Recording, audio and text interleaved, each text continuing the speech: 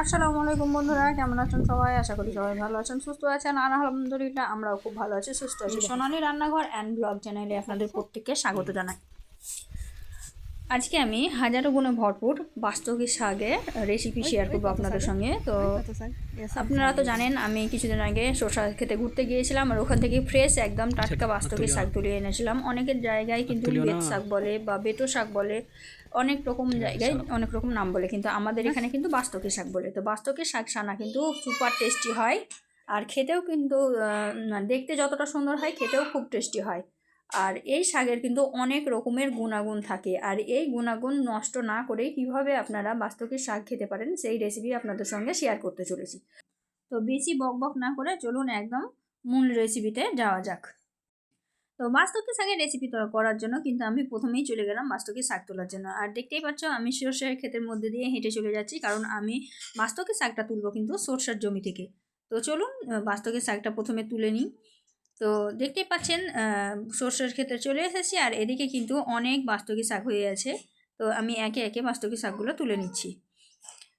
তো যতটুকু দরকার আমি ততটুকু পরিমাণে বাস্তবি শাক তুলে নিয়েছি, নিয়ে আমি একটা ক্যারির মধ্যে ভরে নিয়েছিলাম, তারপরে নিয়ে চলে এসেছি। দেখুন কতটা ফ্রেশ একদম বাস্তবি শাকগুলো, দারুণ ফ্রেশ একদম কচি কচি শাক।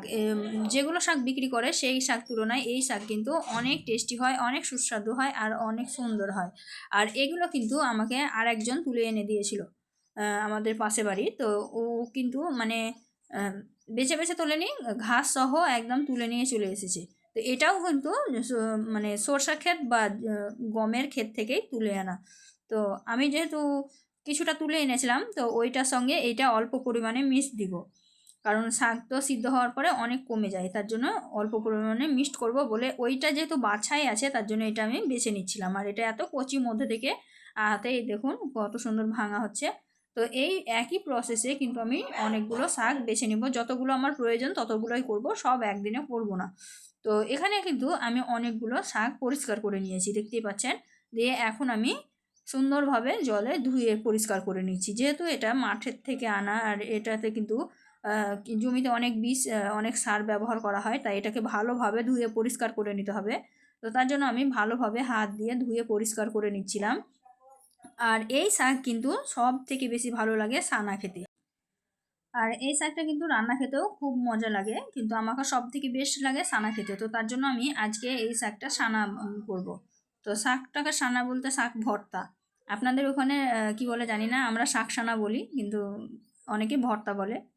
তো এখানে আমি তার জন্য একটা পাত্র নিয়ে নিয়েছি। আমি কিন্তু এটা প্রেসার কুকারে সিদ্ধ করব না, এটা এই পাতিলেই করব, কারণ এই পাতিলে যদি শাকটা সিদ্ধ করা হয় তাহলে কিন্তু বেশি টেস্টি হয়। আর এই শাক সিদ্ধ করতেও কিন্তু খুব বেশি জল ব্যবহার করা হয় না।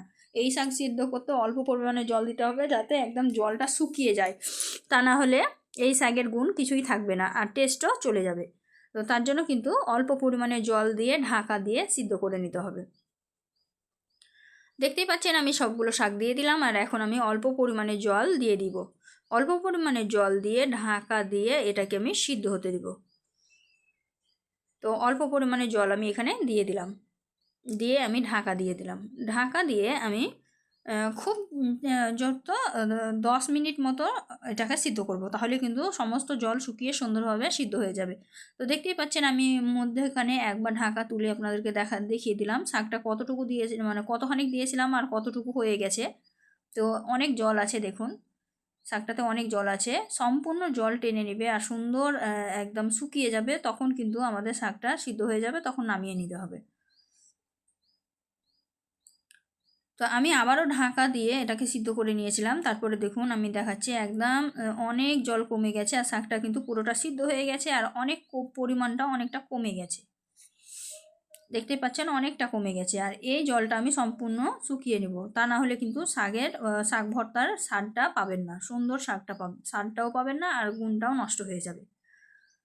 তো এই তো সম্পূর্ণভাবে শুকিয়ে গেছে, দেখুন তলায় একটুও জল নেই, একদম সুন্দরভাবে শাকটা শুকিয়ে গেছে। এই পর্যায়ে কিন্তু আমি শাকটা আর একটা পাত্রে ঢেলে নেব।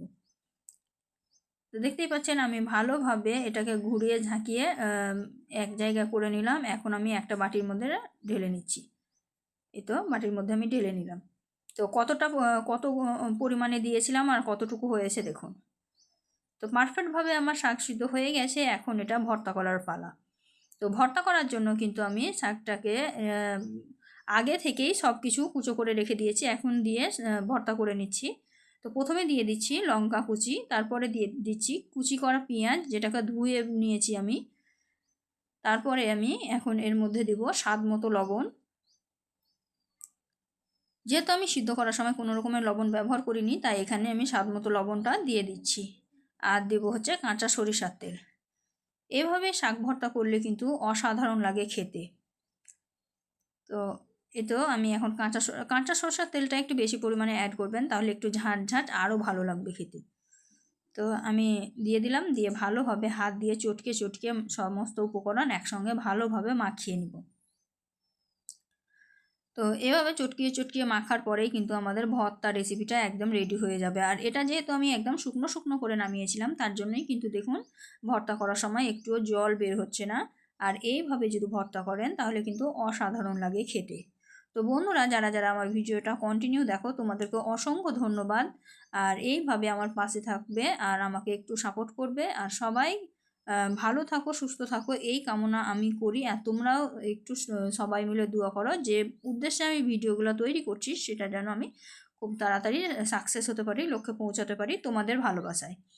আর যে সকল বন্ধুরা নতুন নতুন আমার ভিডিওগুলো দেখছো, তাদের প্রত্যেকের কাছে আমার একটাই অনুরোধ, তোমরা আমার চ্যানেলটিকে সাবস্ক্রাইব করে পাশে থাকা বেল আইকনটিকে প্রেস করে দিও। তাহলে এই ধরনেরই আরও নিত্য নতুন রেসিপিগুলো তোমরা কিন্তু খুব সহজেই পেয়ে যাবে। তো দেখো, বলতে বলতে কিন্তু আমার ভর্তা রেসিপিটা কমপ্লিট হয়ে গেল। এখন আমি একটা প্লেট নিয়েছি, প্লেটের মধ্যে সার্ভ করে দেখাচ্ছি। যে কোনো জিনিস তৈরি করলে কিন্তু একটু আমাদেরকে দেখাতে হয় সার্ভ করে। তো তার জন্য আমি এখানে সার্ভ করে নিচ্ছি। তো তোমাদের যদি রেসিপিটা ভালো লেগে থাকে, অবশ্যই একটা লাইক, শেয়ার, কমেন্ট করতে ভুলবে না। আর এই ধরনেরই আরও নিত্য নতুন রেসিপি পেতে আমার চ্যানেলটিকে অবশ্যই সাবস্ক্রাইব করে রাখবে। তো দেখো, আমি সমস্ত শাকটাকে কিন্তু রেডি করে নিলাম। আমাদের দুজনের জন্য কিন্তু এটা যথেষ্ট, তোমরা তোমাদের পরিবারের সদস্য অনুযায়ী করে নেবে। তো আমি ওপর থেকে এখন একটু পেঁয়াজ কুচি ছড়িয়ে দিচ্ছি, একটু লঙ্কা কুচি ছড়িয়ে দিলাম। আর এখন আমি ওপর থেকে একটু সরিষার তেল ছড়িয়ে দেবো দেখার সৌন্দর্যের জন্য। আর প্রথমেই বলেছিলাম যে বাস্তবের শাকে একটু যদি তেলটা একটু বেশি হয় তাহলে ঝাঁঝ ঝাঁঝ ভালো লাগে খেতে। তো এই তো আমার লাস্ট ফিনিশিং। তো রেসিপিটা কেমন লাগলো অবশ্যই কমেন্টে জানাবে। যদি ভালো লেগে থাকে অবশ্যই লাইক, শেয়ার, কমেন্ট করে দেবে। আজকে বিদায় নিচ্ছি, সবাই ভালো থাকো, সুস্থ থাকবে আর আমার জন্য দোয়া করবে। খোদা হাফিজ।